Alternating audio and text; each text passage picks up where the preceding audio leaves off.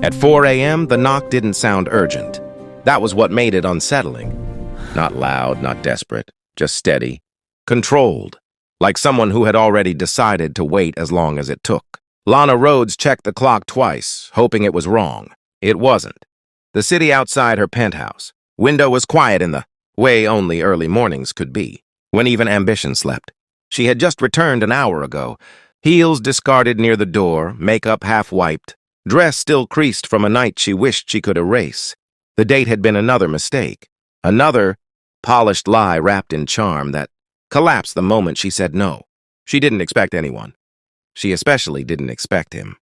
When she opened the door, Marcus Dupree stood there holding a small backpack in one hand and a folded jacket in the other.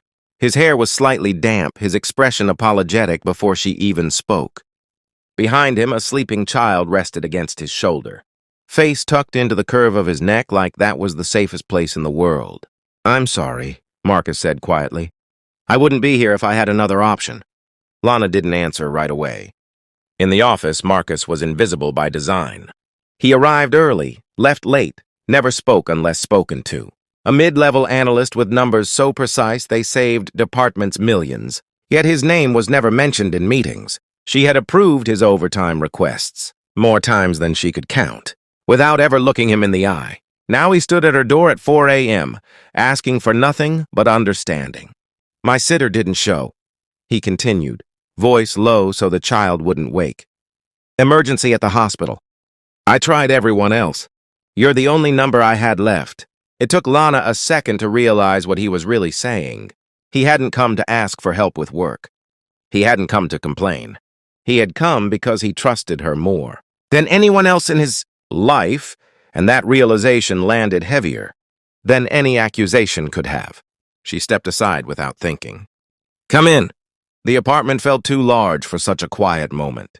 Marcus hesitated at the threshold, like he was afraid of bringing his problems into a space built on glass and power. Lana noticed how carefully he moved, how instinctively he adjusted his grip when the child stirred, how practiced his silence was. This wasn't a man overwhelmed by fatherhood. This was a man who had learned to carry the weight without letting it show. "You can put him on the couch," she said. "I'll get a blanket." As she moved, her phone buzzed on the counter. A message from her boss's boss. One sentence. "No greeting. Board meets at 9. Need names for restructuring. Cut deep." Lana stared at the screen. She already knew which names would be easiest to offer. People like Marcus. Reliable, quiet, replaceable on paper. When she returned, Marcus was still standing, refusing to sit until she nodded. He placed the child down with a tenderness that made Lana look away for a moment, uncomfortable with the intimacy of witnessing something so real. "Thank you," he said. "I'll stay awake. I won't be any trouble." "You're already exhausted," she replied. "Sit." He obeyed, hands folded together, posture straight despite the hour. There was something disciplined about him, something that suggested a past he never talked about. Lana realized she didn't know anything about him beyond performance metrics and payroll numbers.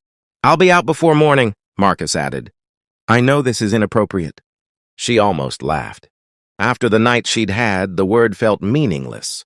"You showed up with your kid," she said. "That's not inappropriate. That's honest."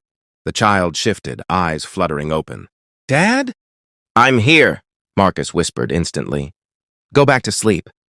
Lana watched the exchange, a quiet ache forming where cynicism usually lived.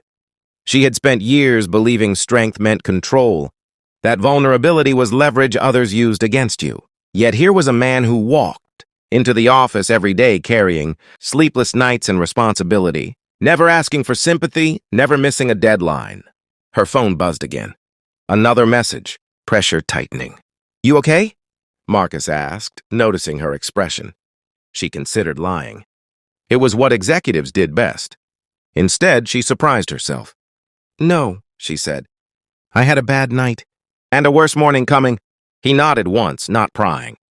"If you need quiet, I can—" "No," she interrupted. "Stay." Silence settled again, but it wasn't empty. Lana poured 2 cups of coffee and handed one to him. Their fingers brushed briefly, and Marcus pulled back like he'd crossed a line. That hesitation told her more than confidence ever could. You work too hard, she said. So do you, he replied without judgment. Minutes passed. The city began to stir faintly. Lana's mind replayed conversations she'd had with executives who smiled while planning betrayals, who spoke about people like numbers on a slide. She thought about the list she'd be expected to submit in 5 hours. You know, she said slowly, there are rumors going around the company. Marcus stiffened, though his voice remained calm. About layoffs? About who's being blamed for last quarter's losses? He exhaled. Not surprised. Let me guess. Middle management. And analysts who don't defend themselves. That made him look at her. Really look. Are you telling me to prepare? She met his gaze. I'm telling you the system doesn't reward silence. Marcus looked down at his sleeping son. Silence is how I survive, he said. It's how I keep him safe. Something shifted then. Lana realized this wasn't just about a job. It was about a man who had been absorbing pressure meant for others, taking hits without complaint, because stability mattered more than recognition. Her phone buzzed again. Final reminder. She stood up. I need to make a decision before morning. He nodded. Whatever happens, thank you. For opening the door. She paused, then said the words before she could second-guess them. You didn't knock because you were desperate. You knocked because you trusted me. Marcus didn't answer. He didn't need to. As dawn approached, Lana understood something she hadn't on her date, or in any boardroom. Power wasn't about choosing who to discard. It was about choosing who to stand with when no one was watching. And for the first time in a long time, she knew exactly who she wanted to protect. Morning didn't arrive gently. It arrived with emails, calendar alerts, and the familiar pressure that never allowed Lana to breathe fully. Marcus woke before the child did, already alert, already ready to leave without being asked. He moved quietly, gathering his things, as if trying not to leave fingerprints on a moment that didn't belong to him. You don't have to rush, Lana said, noticing. I do, he replied softly. I can't be late. She understood what he meant. For people like him, lateness wasn't forgiven. It was remembered. The child stirred again, eyes opening slowly. When he saw Lana, he froze, confusion flickering across his face. It's okay, Marcus said instantly. She helped us. The boy studied her, then smiled in the unguarded way only children could. Thank you, he said, then rested his head back down like the world had already proven itself safe. Something inside Lana tightened. At 8:45 a.m., Marcus stood at the door, jacket on, mask of professionalism firmly back in place. I won't mention this, he said, ever. I know, she replied, but that's not why I did it. He hesitated, then said something unexpected. You looked lonely when I knocked. Before she could respond, he was gone. By 9 a.m., Lana sat at the long glass table, facing 12 people who believed they understood everything. Charts flashed. Voices overlapped. Words like efficiency, optimization, and restructuring floated freely, detached from consequences. Names? The chairman asked. Lana had a list prepared. She had prepared it last night. Before the knock, before the child, before the reminder of what responsibility actually looked like. She slid a different document forward. These are the redundancies, she said calmly. Executive bonuses, external consultants, and a department head who altered projections to protect his reputation. The room stiffened. That's not what we discussed, someone snapped. It's what the data shows, Lana replied. And if we're talking about accountability, it starts at the top. Silence followed. Not agreement, calculation. You're protecting someone, the chairman said. Yes, Lana answered. Someone who's been carrying more than his share without complaint.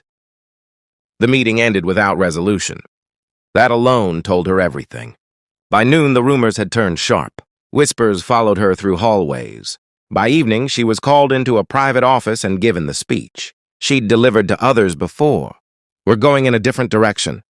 Lana listened without interruption.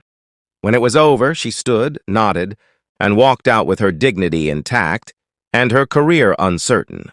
Downstairs, Marcus was still at his desk. He looked up, surprised. You're early. So are you, she replied. They didn't speak for a moment. Then she said it. You're not on the list. His expression didn't change. Someone else is. Yes, she said. Me. He stood up so fast his chair scraped loudly against the floor. You didn't have to do that? I did, she said. Because what they were about to do wasn't restructuring. It was cowardice. He shook his head slowly. I never asked. You never ask for anything, she interrupted. That's the problem. For the first time, Marcus looked angry. Not loud. Not explosive. Controlled. I've survived worse than losing a job, he said. I didn't want you paying the price. She met his gaze. You already have. Every day. Security watched from a distance. People pretended not to listen. I was told to choose, Lana continued. And I chose the person who showed up at 4 a.m. with responsibility instead of excuses. Marcus swallowed. Why? She answered honestly. Because last night, after a bad date and a worse realization, you knocked and reminded me what strength actually looks like. And then you trusted me with your child. That broke through his composure. Weeks passed. The company announced an internal investigation. The executive Lana had named resigned quietly. Marcus was promoted into a role he'd been doing unofficially for years. He didn't celebrate. He adjusted, he worked. He stayed invisible out of habit. Lana didn't disappear. She started something smaller. Consulting, ethics reviews, restructuring companies without destroying people. The work was slower, harder, real. One evening, months later, there was another knock. Not at 4 a.m. This time it was early, thoughtful. Marcus stood there again, no child asleep on his shoulder. But the same humility in his posture. I didn't come because I had no options, he said. I came because I know what I want. She smiled faintly. That sounds familiar. I wanted to say thank you, he continued. Not for my job. For seeing me when no one else did. She nodded. You were never invisible. You were just quiet. He hesitated, then said the words that carried weight now, not desperation. You stepped in when you didn't have to. That made all the difference. Lana stepped aside, opening the door wider. Not because she needed saving. Not because she was lonely. But because sometimes kindness wasn't loud, and heroes didn't announce themselves. Sometimes they just answered a knock in the dark, and chose to do the right thing when it cost them something. And that was the moral that stayed. That real power is not who you can discard when things go wrong, but who you protect when no one is watching. That the quiet ones are often carrying the heaviest loads. And that kindness, when given without conditions, always finds its way back stronger, steadier, and exactly when it's needed most.